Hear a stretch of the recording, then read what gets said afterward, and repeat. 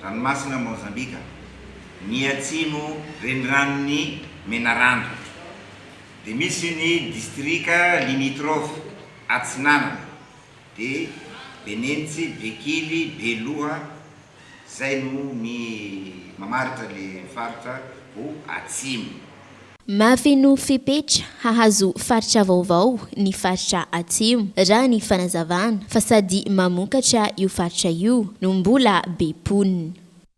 Eo amin'ny ataontsika hoe fiopia na fambolena ka voalaza teo dia isan'ny tena mamokatra ary misy fotoana la io ny sokotra na mahanavary antiny ny faritra ny taheza zay ao anaty le faritra gatana. Dia ny atao amin'ny omby ny tsena lehibe indrindra manerana Madagasikara io resaka omby Covid io faharoa io tany gogogogo sy fitareo. Io zany district Kampani Guinée-Lafray mahazo koa ny Ethiopie. Zany hoe tsy salasalana zany raha ny toekarena ny jerena fa tena hoe manana dia manana tokoa izy. Ara-sosialy moa problema ihany koa no maro. Raha nisan'olona moa ny jerena anisan'ny ataontsika hoe mba manana mponina be dia be. Raha ny commune ny jerena angamba ireo district zay voafaritra teo anatin'ny faritra Gatahana io zany tena be commune indrindra raha hoanina mpitaina Madagasikara zany. Raha ny vinavinan'ireo vahoaka dia tsy hijanona eo amin'ny fivoriana iny ny ezaka fa mbola hitohy ka ny dingana manaraka dia fivoriana hirahan'izy ireo amin'ny distrika sasany any amin'ny tapany avaratra. Tsy mijanona amin'ny famatsiana rabola hiatrehana ny loza voajanahary ihany eo anivo banky iraisam-pirenena mandray anjara amin'ny fifanakalozana trakefa ho an'ireo mpisehatra ihany koa izy ireo. Ny atrikasa fifanakalozana amin'ireo manam-pahaizana avy amin'ny banky iraisam-pirenena sy ireo mpikatroka rehetra amin'ny fiatrehana ny loza voajanahary. Izay aritra roa andro ny ela Ranelson. Miova hatrany ny ampana amin'ny fiatrehana ny loza voajanahary amin'ny manosy any Madagasikara raha ny fanazavana. Tsy nisy famatsiana arabola ny fiatrehana ny loza voajanahary ihany no sahany eo anivon'ny banky iraisam-pirenena manoloana izany. Misy ihany koa ny fifanakalozana traikefa izay iarahana amin'ireo manam-pahaizana manokana eo anivon'ny banky iraisam-pirenena sy ireo mpiantsehatra rehetra amin'ny fiatrehana ny loza eto Madagasikara. Ny Banque mondiale dia tadidio fa ny eto amintsika ny entité anankiroa zay manao ny fisahanana ny tandindondoza sy ny loza dia ao ny CPGI zay rafitra anankiray mipetraka eo anoloany any amin'ny primature dia eo moa ny BNGRC zay ty amin'ny ministère. Raha amin'izao fotoana zao angamba ny vatao hoe manomboka mitodika aty amin'ny BNGRC ny Banque mondiale satria zay koa ngamba ny hitany zareo hoe no niezaka ataon'ny fanjakana indrindra ataon'ny BNGRC manokana ka zay no ataoko hoe somary ahitsiko kely fa tsy dia mbola matetika fa zao vao fanombotomboana zao dia ho hitatsika fa betsaka moa no resaka ny fampiresana tamin'ny zareo dia ho hitatsika eo zay ny lazaiko hoe tsy afaka nome sorabola satria vao manomboka ny fiaraha-miasa zay ny tena marina. Raha amin'ny gouvernement amin'ny sectoriel rehetrarehetra betsaka ny zavatra ataon'ny Banque mondiale fa raha iteny BNGRC manokantsika dia anisan'ny fanomboany izao zavatra ataontsika izao. Mandritra ny roa andro no anatanterana ny atrikasa fifanakalozana amin'ireo manam-pahaizana avy ao amin'ny banky iraisam-pirenena sy ireo mpiantsehatra rehetra amin'ny fiatrehana ny loza voajanahary. Nambarany tale jeneraly ny BNGRC fa zava-dehibe ny fifanakalozana toy izao ary inona fa hitondra fiovana lehibe amin'ny asa atao indrindra ny fiomanana mialoha raha misy ny rivodoza sy ireo loza voajanahary hafa fantatra mialoha fa iseho. Iazo nozy be vetivetsika ao anatin'ity vaovao manaraka ity. Nametraka fiaraha-miasa amin'ny université ny eo anivon'ny CNRO na ny ivitoerana nasionaly momba ny fikarohana an-dranomasina ao nozy be. Tanjona amin'izany ny anapiny ireo mpianatra amin'ny safidy hisehatra amin'ny tontolo ny fikarohana an-dranomasina sy ny fizahantany. Ireo mpianatra ny université ny Mahajanga izay nidina ifotony tany nozy be ny fanakalotra-kefa tamin'izay CNR ozay Gaeton Andriatsilavo. Taoriny ny fifanaraha-piaramiasa izay nosoniavina tany Mahajanga teo anivon'ny CNRO na ny Centre National de Recherche Océanographique sy ny Université Mahajanga sampana fizahantany. Tonga ny fanakalotra-kefa ataon'izy be ireo mpianatra amin'ny sampana fizahantany sy ny mpampianatra mpikaroka ary ireo mpisehatra amin'ny fizahantany ao an-toerana. Tombony ho an'ny mpianatra ny fizarana sy ny fifanakalozana tahaka izao raha ny fanazavana. Agnisan'ny nahazahoagna tombony le izy satria betsaka ny zavatra izay nifampizaragna ny expérience izay nanagnan'ireo zoky ny fampizaragna tamin'ilay mpianatra zay koa dia nizara zay traikefa kely zay mba nazonay avy tamin'ny mpianaragna ho an'ireo namagna dia agnisan'ny important le izy mila managna finiavagna mila managna sacrifice ninninona zay sakana zay manakatra anao amin'ny lalana zay tiana andehanana dia toujours mitady vahaolagna tsy mora kivy amin'ny zavatra zay atao fa toujours anagna espoir atoka mba ahafahagna réussir amin'ny fiainana zay atao. Tsy voatery hitondra ireo mpizahatany eny amin'ny torapasika ny fizahantany. Misy ary maro ny toerana azo tsidihana sy anaovana fandalinana. Isan'ny toerana ahafahana manao fandalinana sy mahafantatra bebe kokoa ireo tontolo anaty ranomasina ny eo anivon'ny CNRO. Ny fisian'izay écotourisme ato amin'ny centre zay dia zay zany agnisan'ny narisy lahatra ny mpitsidy ohatra karaha ataon'ireto école de tourisme ady amin'ny université Majunga satria CNRO koa amin'izay lafiny zay mandray mpianatra maro avy amin'ny école de tourisme magnano stage aty université fa tery mpianatra maro dia atao regny karazana convention regny mba ahafahagna magnaparitaka ny tanora ny agnatin'ny convention ma zao karazana hoe agnano annexe ny école de tourisme eto Nosy-Be ho an'ny tanora mariko am'izegny ny diplôme mpanjakagna fa université Majunga zegny midélivrer izy. Tanjona ny ananganana sampam-pampianarana iray manaraka ny sampana fizahantany eo anivon'ny CNRO Nosy-Be.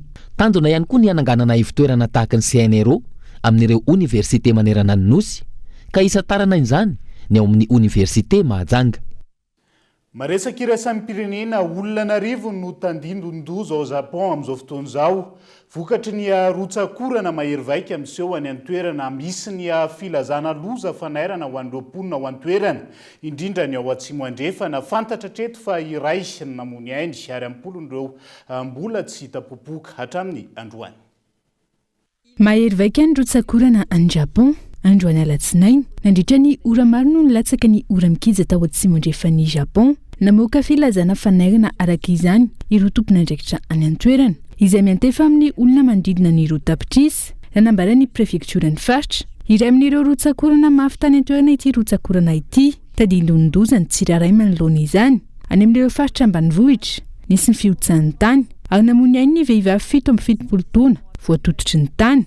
Maro ihany koa ireo tsy hita popoka anatin'izany tsy misy ny jiro sy ny rano ary miatona ny fitaterana an-dalamby tsy aivina. Ny taona 2024 no nahitana rotsakorana mafy indrindra farany tany Japon izay nahafatesan'olona miisa 17 vokatry ny fiotsan'ny tany ary nanimba fonenana maro. Tapitra treto ihany koa ny fiarahantsika ho an'ny androany naiza misy anao ankasitrahana ny safidinao tsy nisaraka tamin'ny fahitalavitra kolo ary mbola ny tanananao amin'ny toy ny fandarana mandrapitafa ho amin'ny rapitondray tompo klasy tombo vaveloma tompoko.